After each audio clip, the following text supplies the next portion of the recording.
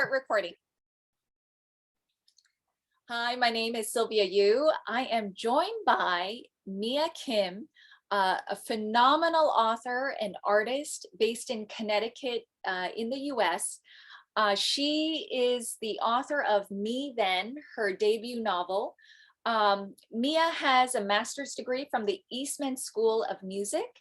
As an accomplished artist, she has had several sold-out exhibitions of her work in New York. And she has grown up in Seoul, Korea, but as I mentioned, she currently lives in Connecticut. I'm so honored to be able to dialogue with Mia today. I'm so excited because her novel, Me Then, was very powerful and mesmerizing, to the very end. And so Mia, welcome. I'm just so glad that we can talk. So can you share a little bit, a lot of readers have said Me Then is so stirring, it's impactful, it's gut-wrenching at times. Tell us a little bit about your work, your creative influences before we go into the storyline of the novel. Sure. My influence, I think I can say it in one word: excellence. I think that's what I strive for in every aspect of my life, to do the best I can do in everything, be it, I'm going to be funny, washing the dishes or scrubbing the floor, cooking. And it doesn't have to be the masterpieces, but masterpiece that I could create. And I think that is the guiding thought in all my life. So when you wrote in the other day, a few weeks ago, about in the Instagram, you wrote that quote: excellence is a habit. It's not something that you do once. This is Aristotle who said that. And I read that when I was like 15 years old. I saw that. And I've been living by that ever since. And of course, you fall and you fail and you kind of disgrace yourself at times. But that thing that you get up and do your best each day and each time you take on something. And I guess that's my motto. Wow. And from that pursuit for excellence, also you build the tenacity, because without the tenacity, you cannot build excellence. And so they kind of go together. You're a very imaginative, powerful visual artist. Can you tell us a little bit about, some of the themes of your work? And I've seen an installation that you've done as well. And how was that crossing over from the visual arts into writing your debut novel?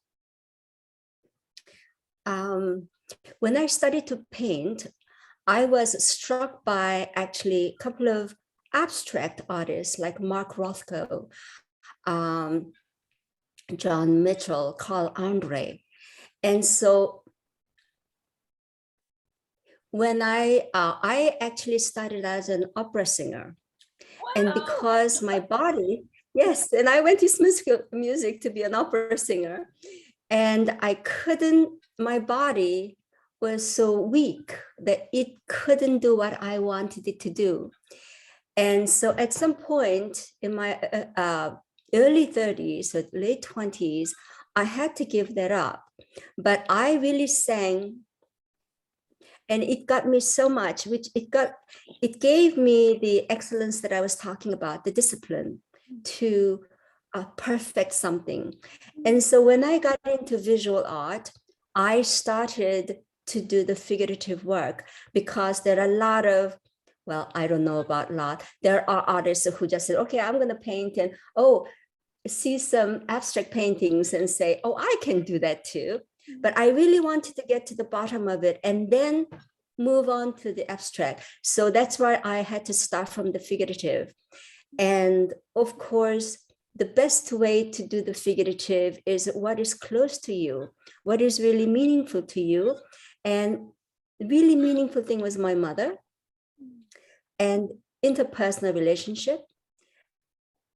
And of course, autobiographical images of myself, my relationship to others.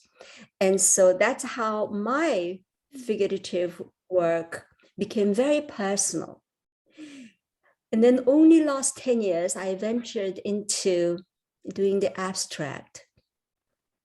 And that, and I felt doing an abstract, it's an unknown territory because you cannot really rely on anything. Figurative work, you use the figures to paint, but in abstract, it just really comes from total blank, and it has to be real you. And I really struggled with that, and I love the process of creating something without having a clutch, without having a reference point to, and so that was really challenging. And my painting process was really, really slow.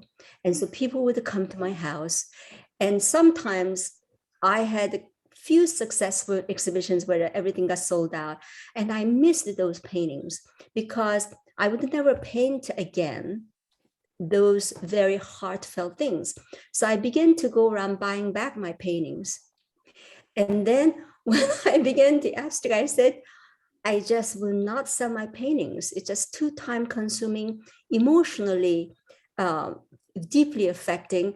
And I didn't have that wherewithal to become a professional painter where you have to paint so many paintings a year, to do the exhibition every 2 years and do the shows and do the art fairs. Like you just went to Basel Art Fair.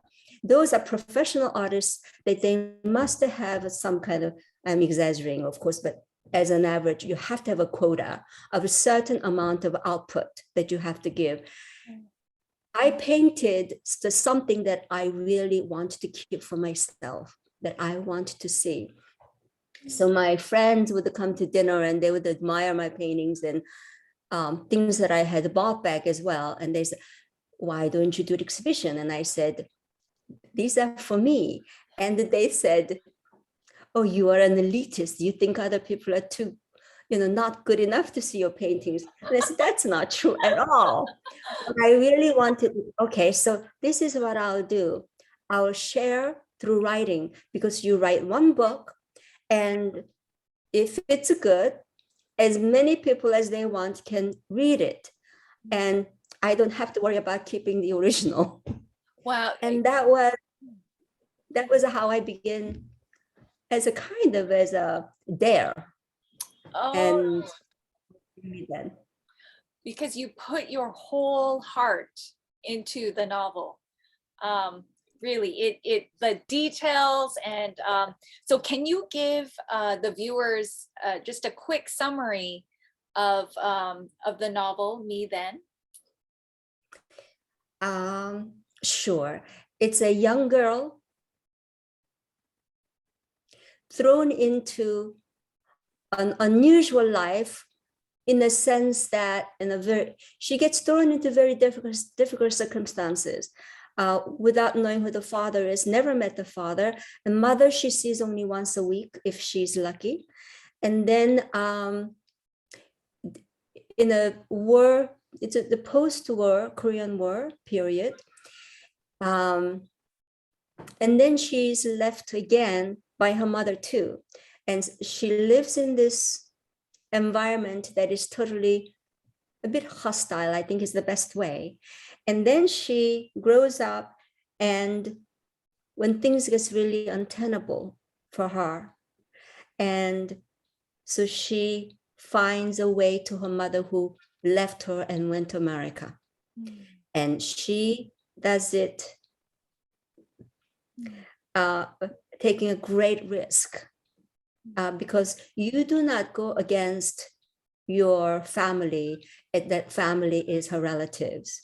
but she betrays them, so to speak, in order for her to either survive or die at the moment. And so this young girl of age 14, 15, finally makes the steps to escape, to be with her mother. And I think it's a book about courage, a book about will to live. And so I think I hope that people would find it meaningful and feel just really a time worth spent reading it. Yes, it was gripping and it was so meticulously researched. It's a human rights novel, child rights, and it's a novel that depicts the descent into the risk of being sex trafficked, of being sold into a brothel. And so Yeah.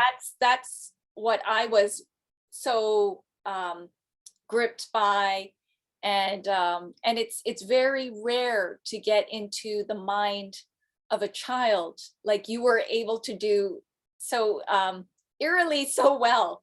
So how did that happen? And I mean, it's not easy to get into the mind of a child, of a girl. And she was, when we first met her, she was 5 or 6 or so. Yes. So There was a very interesting challenge, because I wanted to keep the tone, at least, and kind of evolve with her. So stay in the voice of a 5-year-old girl. And that was really challenging because that meant using very simple words and simple imagination and simple choices and really innocent. And to keep that innocence and wide-eyed look at the world, even while the world is churning around her, because I think that little girls, they're human beings. They have to survive. And it's inbuilt in them to learn to survive. And in Korea, we talk a lot about this nunchi, right? yes. And so the young people, and this is the funny thing, people who grew up in a really nurturing environment do not develop nunchi very well. It's the children who are in a severely handicapped situation. They must learn nunchi, that I would say in a bad way, it's a street cunning or street wisdom, the knowing how to navigate the difficult path. And so I wanted to write a book where the voice is actually 5 years old. And that was a real challenge. But I guess that's where your creativity and your imagination come through. And then she grew up. You took her through, to middle school. To age 15. Yes. And but back to nunchi. I know when I read that word, it hit home because I'm Korean, born in Korea, raised in Canada. And I think that a lot of us Korean immigrant kids have nunchi because we had to negotiate between our parents at home, the Korean culture, norms, and then we had to survive, in a Western world, for me, it was an all white, school and neighborhood. And so I developed nunchi so quickly and I liked how you described it. It's like, street smarts or street wisdom. It's perception, isn't it? It's also being perceptive. And I found it so amazing how you would give us clues in the adults, what little Suyong, who didn't have a name for a long time, which was another layer of cultural stuff that you weaved in.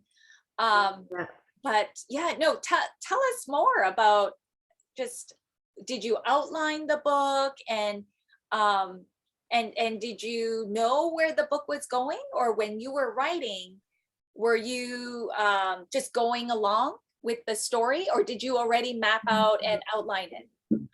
Yes, I I think outlining is one of the most important steps for a story. And you, the spine of the story has to be worked out. Otherwise, like sometimes I read a book and there are several really lovely books that begin beautifully. And then about halfway through, or the last fifth, it just falls apart because they thought, oh God, I have to end the book. I'm going to end the book. So I'm going to just add on this and just ends it. And there are many books like that.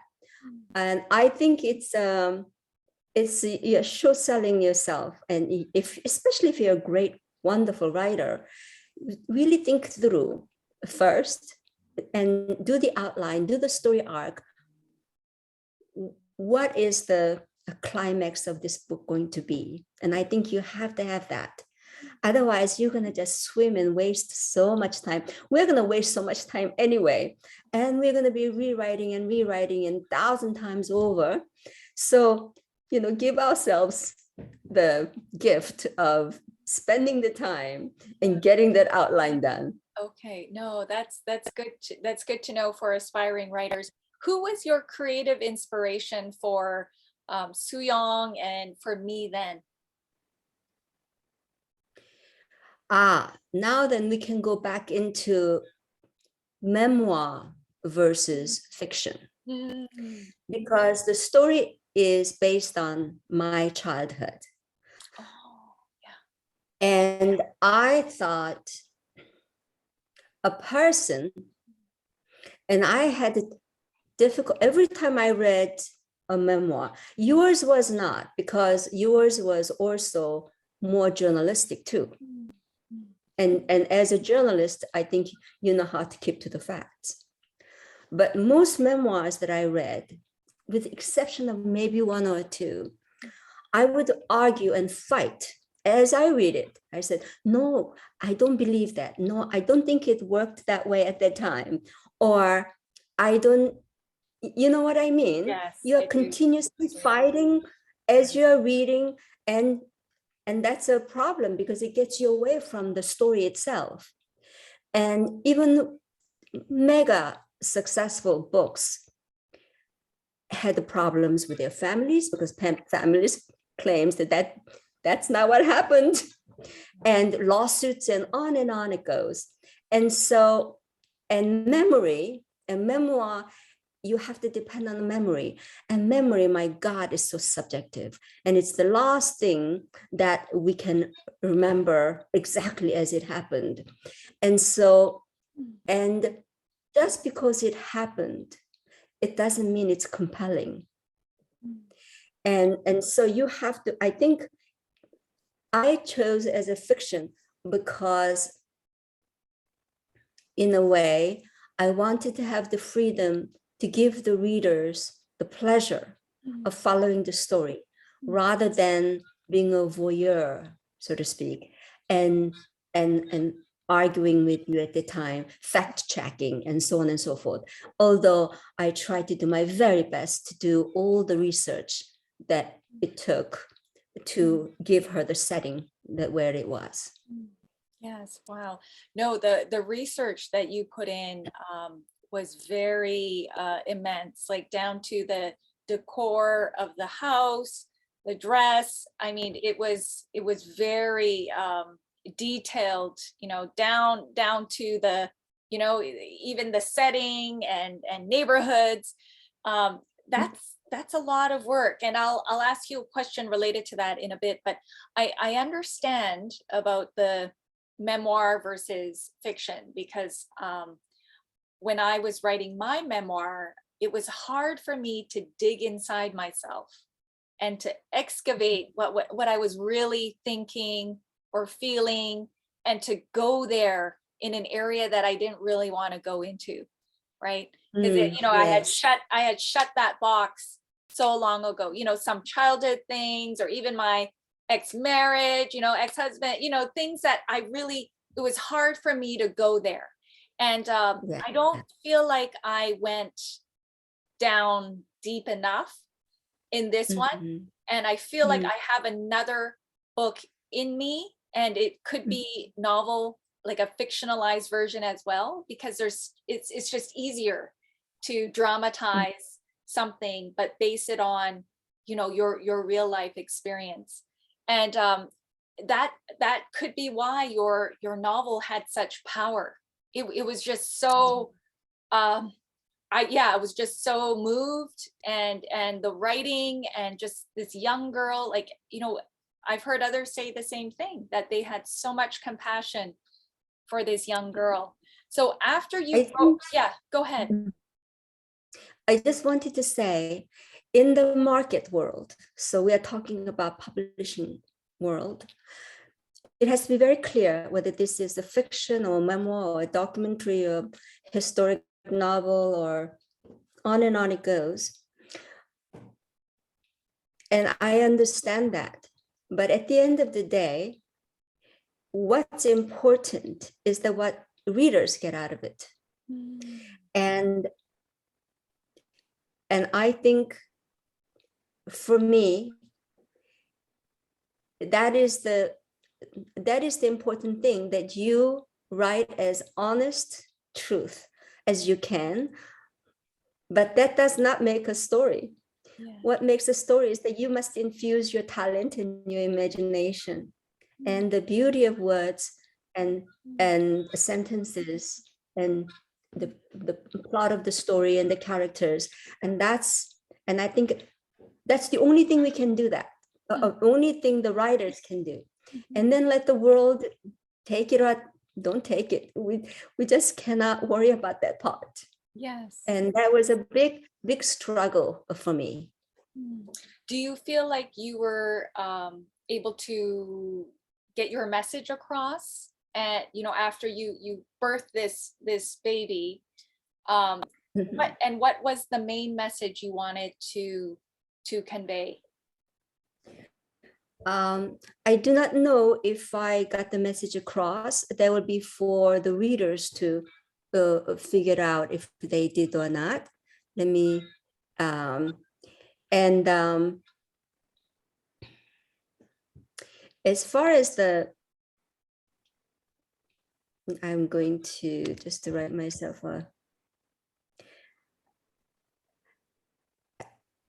as we talked about earlier, the message. So the first part, that it is not my job to figure out how they felt. And because I think each reader will take away different things from the book.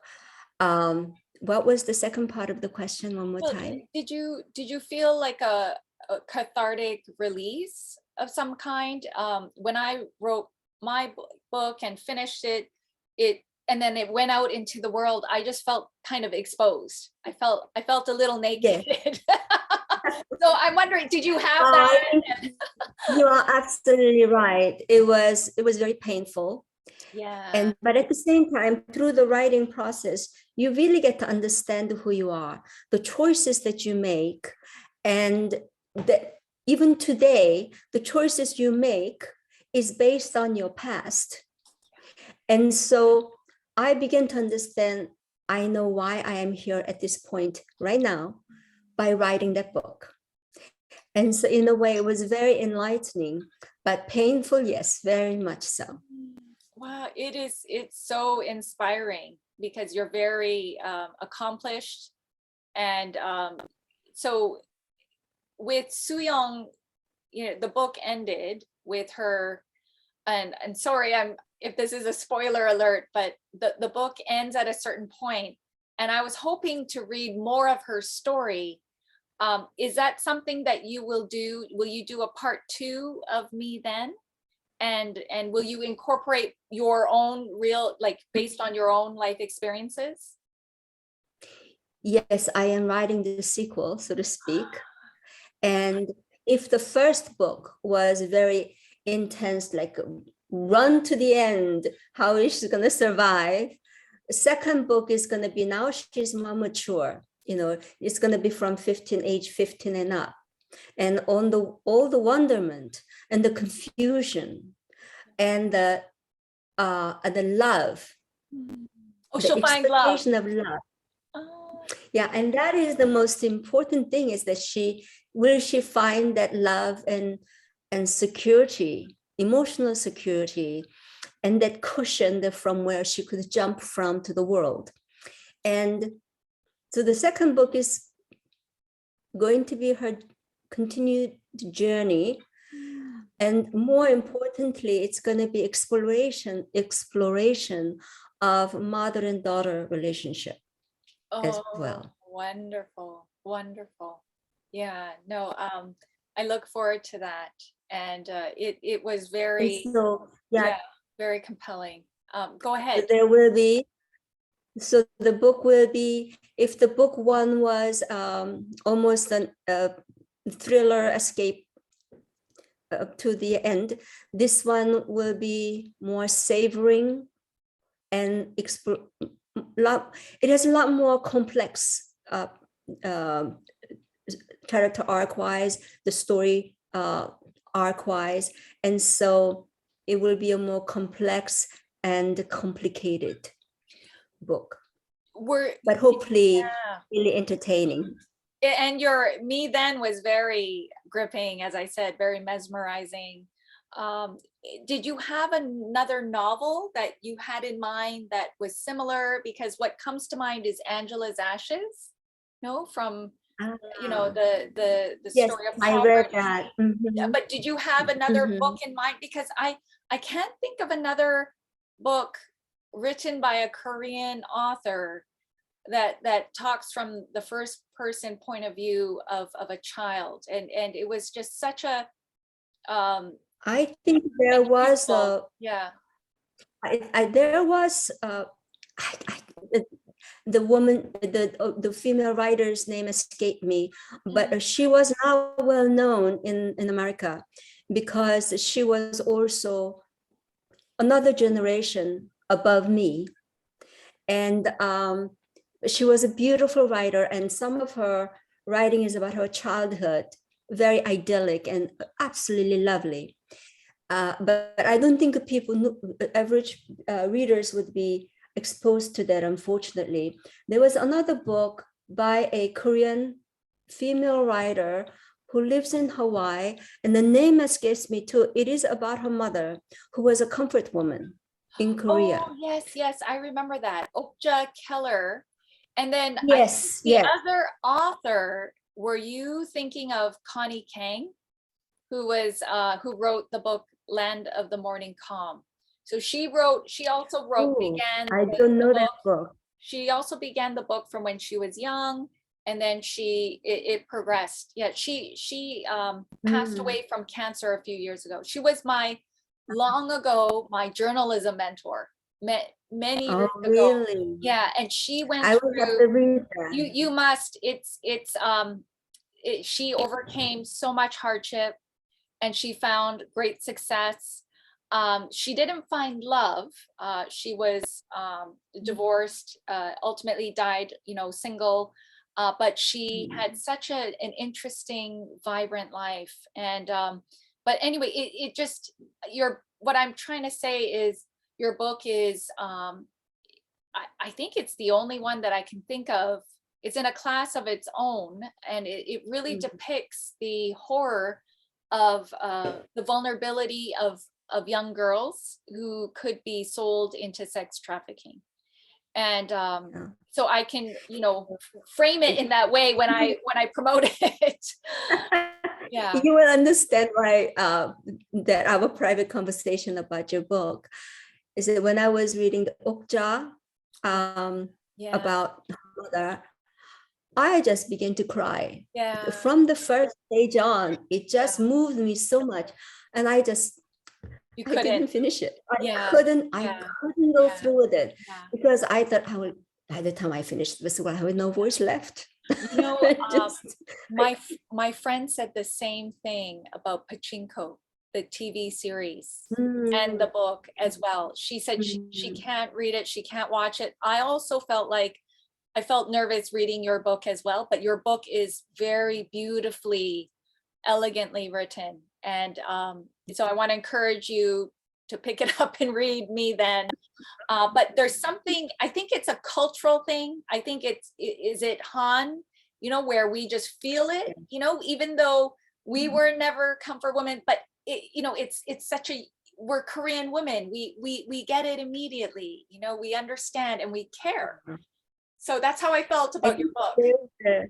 yeah, there's something about Korean culture that why we have such incredible musicians as well, is that this Han thing, I think it's the magic spice in the Korean creative people. I I think would like to so. claim that.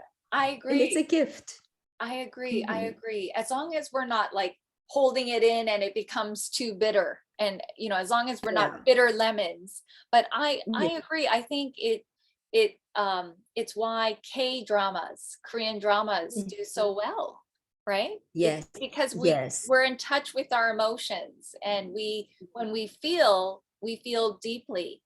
um so yeah, that's why when I was also reading your book, it made me think of my own family and Korean Mhm. history, because your research was so meticulous, like down to like the descriptions of clothing or homes and neighborhoods and things like that. So it was like It's so having a funny history because lesson.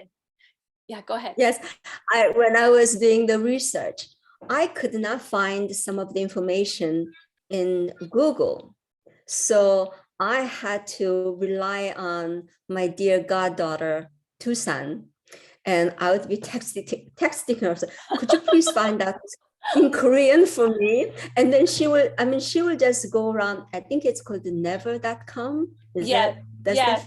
that? It's like the Google, And right? she would just navigate around, yes, and it's a Korean Google-ish. And so, yeah, I'm very grateful to her. Oh, amazing. So your book, it touches on themes of family, survival, um, child sex abuse, poverty, class divide. Um, wow, it covers a lot of themes, and it was like a history lesson, a Korean history lesson. Was there anything in particular that you feel is like one of the greatest Korean history milestones? Is there any one event that you feel like influenced you and influenced this book? Um, and what Oh, is it? that's easy. That's really easy because I think, I mean, we had many public, Mm, well, this one is public too, well-known landmarks, like when the three kingdoms united, mm, right? That was a big thing for Korea. Japanese invasion, oh which yeah, changed us in a yes, very terrible way. yes. And then the Korean War, and then American influence, the American culture coming into America, and and America's presence, and I hate to say it, but it's true, assistance Mm, to get Korea where we are. And I think that was the Americans' presence and mm, influence is what makes Korea what it is today mm. in a very jagged way. Sure, sure. And I think for me too. Mm, And because if there was no America and my mother could not work for American army mm. and did not meet American men to come to America, I wouldn't be here today. I would not like to imagine what that would be like if I'm not here. Yeah, yeah, it is. You were blessed. You were really, really blessed. And that scene of when the aunts or also your mother's father, the grandfather, um, was that true when he had to go around and when the communists came in? at the end of the war, and then they beat him, and then they forced him to lick the souls of all the workers.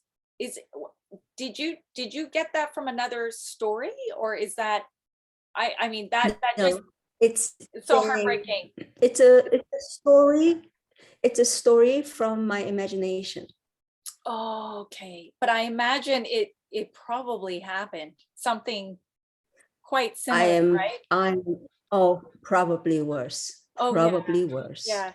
Yes. Yeah, probably worse. Oh And not wow. even probably, I bet on it, Yeah. Yeah. because there was a very, very historically very scary, confused period. And right now we are very afraid and we are very confused because we have like a trifecta of everything happening right now: inflation, the Russian invading Ukraine, COVID, the shooting violence everywhere in America.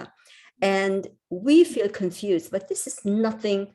I mean, I cannot say nothing, but at that period when North Korea was, going in and out of these various, sectors, and people's lives just tossed around, like a, rotten apple or something. It was this really scary period, but Koreans got through it, and North Koreans are still getting through it Yeah. somehow. Yeah. It's And I think, yeah, that's what makes Koreans.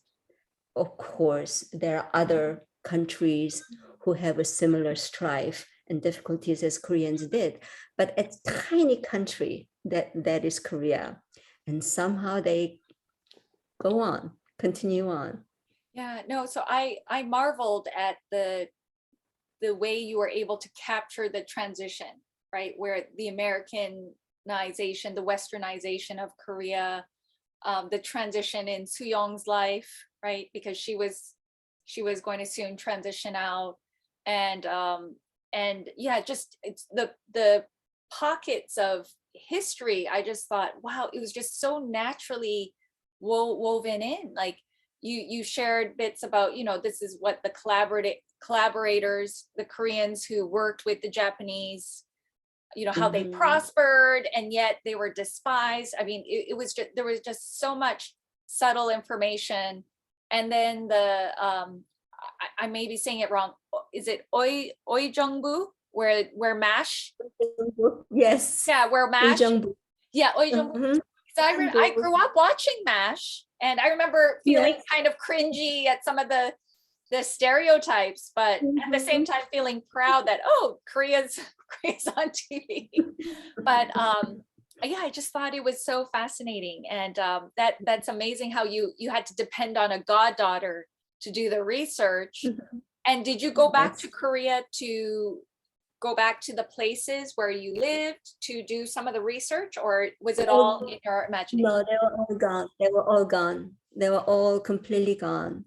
And now, so just beautifully polished, all the streets, And another thing about American presence is that I know that you are Christian, and that's when the Christianity came to America, to Korea, and blossomed fully, and that how the churches grow. It was, and that was fun too when I was researching that. Oh yeah, and how the Korean churches. It was spot on. It was so and that's one of my questions here. You mentioned the missionary history and the church culture, because it's not all like that, but I have seen churches similar to the one your aunt established, where it wasn't really spirituality, it's more religious fervor, right? It was more, yes, and actually, and admiration for American culture too. And how Koreans are very conservative in their let's say uptight, not uptight.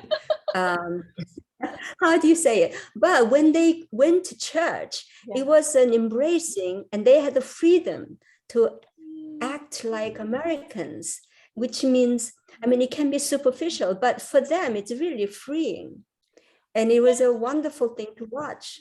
how they behave in the church, and then of course that it bled out to the rest of the, the society. And it was and I think it's a wonderful thing to kind of be able to capture that.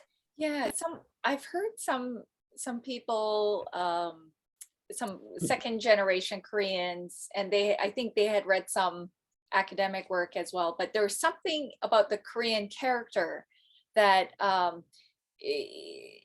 it's something to do with the prayer. Like we were able to quickly embrace the fervent prayer, because Koreans are known for, praying for hours and early at like Yes. 4 I a.m. for know. 새벽 기도, and it's like that Yes. passion and fervency in our character, in our national cultural character, I think.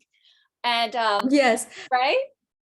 Yes, and recently, I think it was in one of the Korean TV series that when the mother was just praying to Jesus, Muhammad, Buddha, and everybody all at once, and hoping that somebody will stick Yes, and remember. yes, right. No, but I just thought, wow, you depicted it so well. The changing, the face as soon as you stepped into the church. Suddenly, if you're a leader, you're a different person. And but there was a lot of nostalgia, as I was reading parts of your book. So yeah, is there anything else that stands out to you, while you were writing this, that you wanted to really get in there? Was it something about the Korean War and the impact, or the class divide? What else were you really wanted to thoughtfully add in there so that you could share that with the world? As this was my first book, the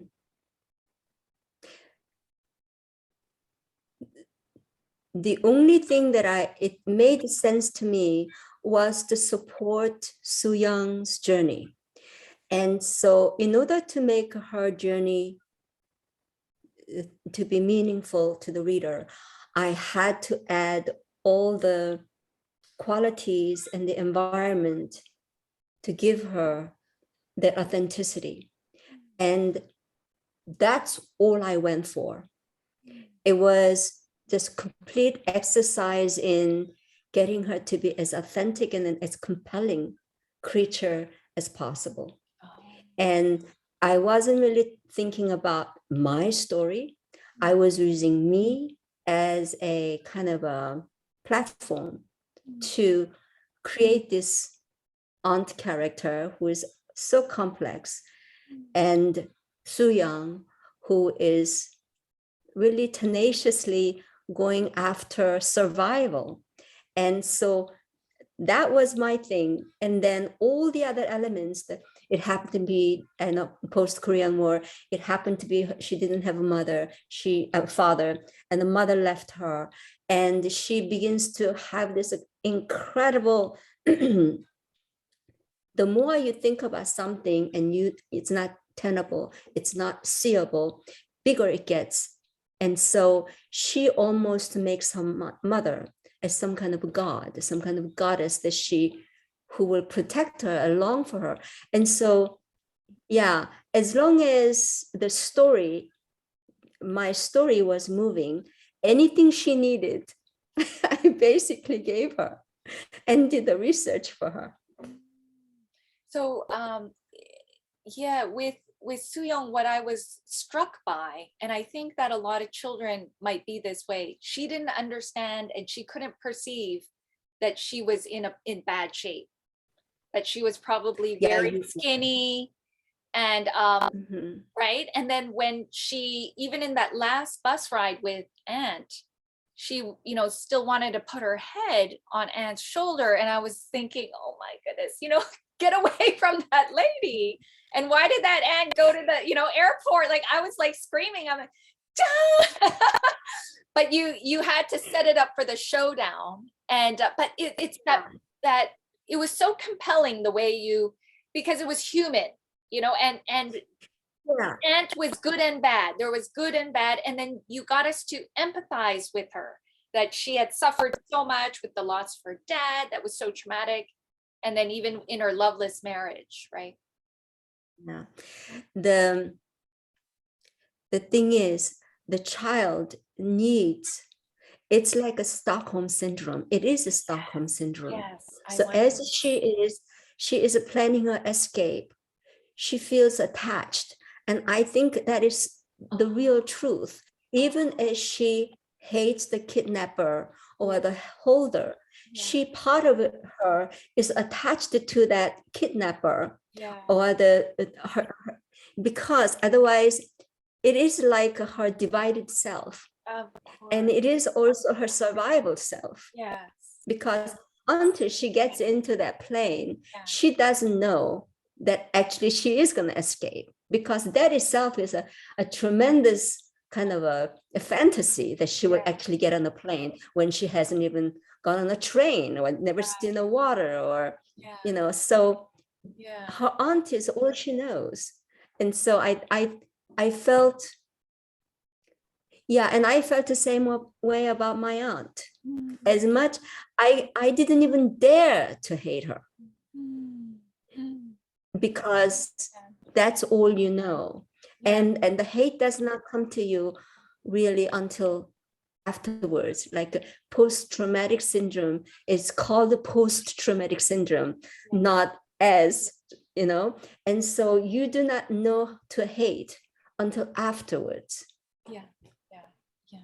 No, that's very succinctly summed up, and I love the justice that was done in the end. And because Soo-young had been betrayed by her aunt and Kang-jin, and for him to finally get what he deserved, right? Because he had betrayed his fiance, and in the end, it caught up to him, and that was such a satisfying ending. Did you think about ending it a different way? Okay, go ahead. Yeah, go ahead. I have to tell you why I wrote this book too, besides as a practice to give it to, you know, anybody who wants to read it, they can read it. I actually got a letter, an email that I had been kept deleting it, and it kept showing up. And it was an email from Kang-jin saying that my aunt had died at the age of 101. Wow. And she was a devout Christian, and she was surrounded by her grandchildren and children, and they were singing hymns, and she passed away praying to God. And I felt so betrayed. Now, how did the Kang-jin get my email? And the Kang-jin is of course, it's a alias name.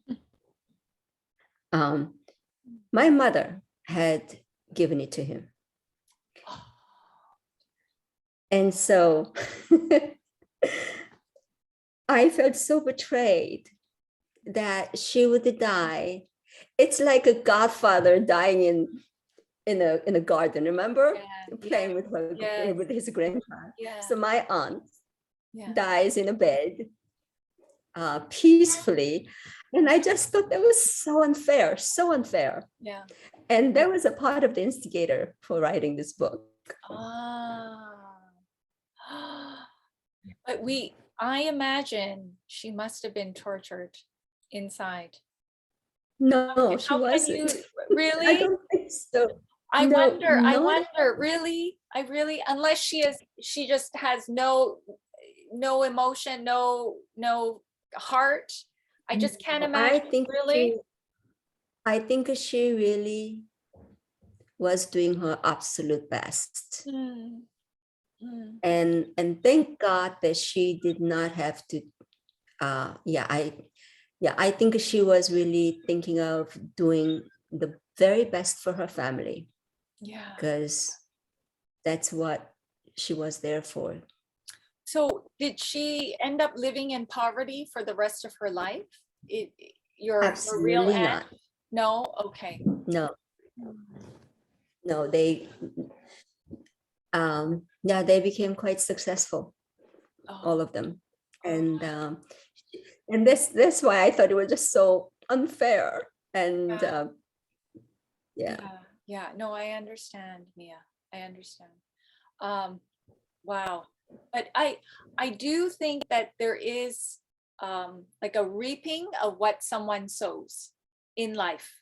It Mhm. happens. Yes. Even if in the end seemingly it was peaceful, I feel like for instance, there is this very famous Christian speaker and pastor who Mhm. sexually abused a whole bunch of vulnerable women. His name was Ravi Really. Zacharias. Ravi Zacharias. If you type in his words, I can email you. And on earth, he was beloved. Even someone from the press, the White House press secretary, she said something great about him after he died. Mhm. And then Mhm. after, I can't remember when, but after the funeral, then all these exposés came out about what a horrible two-faced life Oh this man led. And my goodness. and I imagine that many of the victims, and also for myself, I was asking why wasn't he exposed while he was still alive?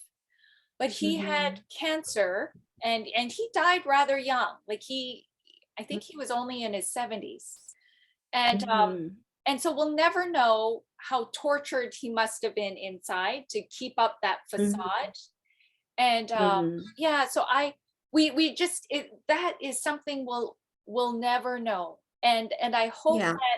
I hope that you will have, yeah, that you will have some kind of, yeah, that the book, I hope the novel has brought closure, because Yeah. you were able And to I give, think yeah, go ahead.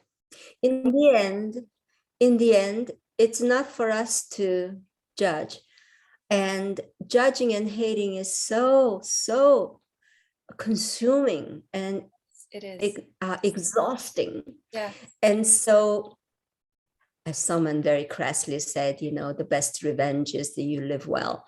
But it is so true, because when you just go on with your life and drop the hate, drop Yeah. the revenge, Yeah. drop everything that is negative, because your life is just way too precious. Yeah. And you want to, there's so much beauty that you want to create and to live in, Mm. and the world is hard enough. And let's just go with it and let things be as they are. They say that the pen is mightier than the sword, and your story Mm. will live Yeah. on through the generations. So in that way, you have justice. You've achieved justice by having the last word. Sounds, that Right? sounds good. That Yes, sounds good to me. Yes. yes, Mm. yes. And so yeah, if I can shift a bit, because we're wrapping up soon. It's been amazing to talk with you and go over some of your characters and the storyline. Do you still sing? Can you sing for us? Like a No, I no? only actually I sing for I sing in the shower, Okay. basically. I sing Korean songs to my husband at Oh, night. oh, so Yeah. sweet. And Yeah. that's as far as it gets. So you Yes, don't want he to? reads me stories. Yeah. Yeah, no, Oh. I don't think so, unfortunately. So Thank you for asking, he though. reads you stories. Your husband. No, actually, yes, he reads me stories. There is a book called the Curmudgeon books, and there are series of like Curmudgeon for lovers, Curmudgeon for travelers, Yeah. and it's several volumes. And he reads one page at a time. He's very stingy Oh. with that. And so we have a good laugh, and Oh, love it. then I pick up Korean songs. He loves Korean song, Oh, that's so so like sweet. Arirang or Yeah. stuff like that. Yeah. Oh, that's one. And it probably helps you stay in touch with the Korean roots, and yeah, that's nice. Yeah, Um, I think he yeah. feels more than me, Oh, actually. It really it really calms him down. Yeah, he Oh, says. that's so sweet. Yeah. So how about your skin? Last question. Your skin is so amazing. Oh, my skin. You It's look not. I think beautiful. your No, skin no, is lovely. your skin is like you're Ah, really beautiful. And what's the secret? What's the fountain of mm, youth? thing that my mother, thing that my mother used to do was to take a egg yolk, Yes. and she would put it all over her face. Yeah. It stank so Yeah. badly. Yeah. And this was her ritual every Friday. And Oh, the reason, and then of course, recently, not so recently, I rediscovered it. And not only for my face, but I would put it on my hair as well. And literally, your hair sings. Your hair will just get so strong and stand up. And wow. but it's such a smelly, god awful thing, but you do it. Oh, you know what? Oh, wow, Mia. Interesting, because my Mm, mom taught me that, but I didn't do it myself. mm, But I went mm, on a group of sex trafficking survivors in China. I mm. did the Korean style egg and cucumber massage or Yeah, yeah, facial, yeah, and I put yeah. the tissue on top, right? Did they do yellow? I did the Yolk? yellow part. Yeah, Okay. I did the yellow part. And so yeah, I mean, I've done it once or twice and it does work. So I think I'll pick that up again. Thank you for that, Yeah. because it really, your skin looks It's a beautiful. work. Yeah. Yeah, yeah. And it does smell. So um It smells horrendous. yeah. And it stays in the bathroom. The smell stays in the Oh, bathroom. yeah, yeah. Yeah. Is there anything else you'd like to share about your novel, Um, Movement? yeah, I think I want to thank you for doing this. I really appreciate it. And I think I am still old-fashioned and thinking that the writing the book Yeah. is the job and that's it. Uh, But Elena Ferrante, mm. you know who that is. No, sorry. She's You can go ahead. she's an anonymous author. That's just the name that she gave or he gave, Mm. and she wrote several bestsellers. Wonderful writer, and nobody knows who she is. She's Italian, and she keeps it that way for years and years. And that would be my ideal if I could. But I think it's too late for me to hide away. So, but thank you for giving me this opportunity. It's an honor because I know the body of your visual art, your stunning artwork is Mhm. really powerful. So I want to encourage the viewers, check out Mia Kim's Me Then novel. Her debut novel is very mesmerizing, very real and gripping. And it's going to really stay with you. I felt like I couldn't shake it off after even 3 or 4 days. And so no, it's an honor to speak with you today, Mia, and hopefully we will still stay in touch and perhaps with your next novel, the sequel, we can do this again. So thank you so Would much, Mia. Thank you very much for having me. Thank Goodbye you. for now. Goodbye.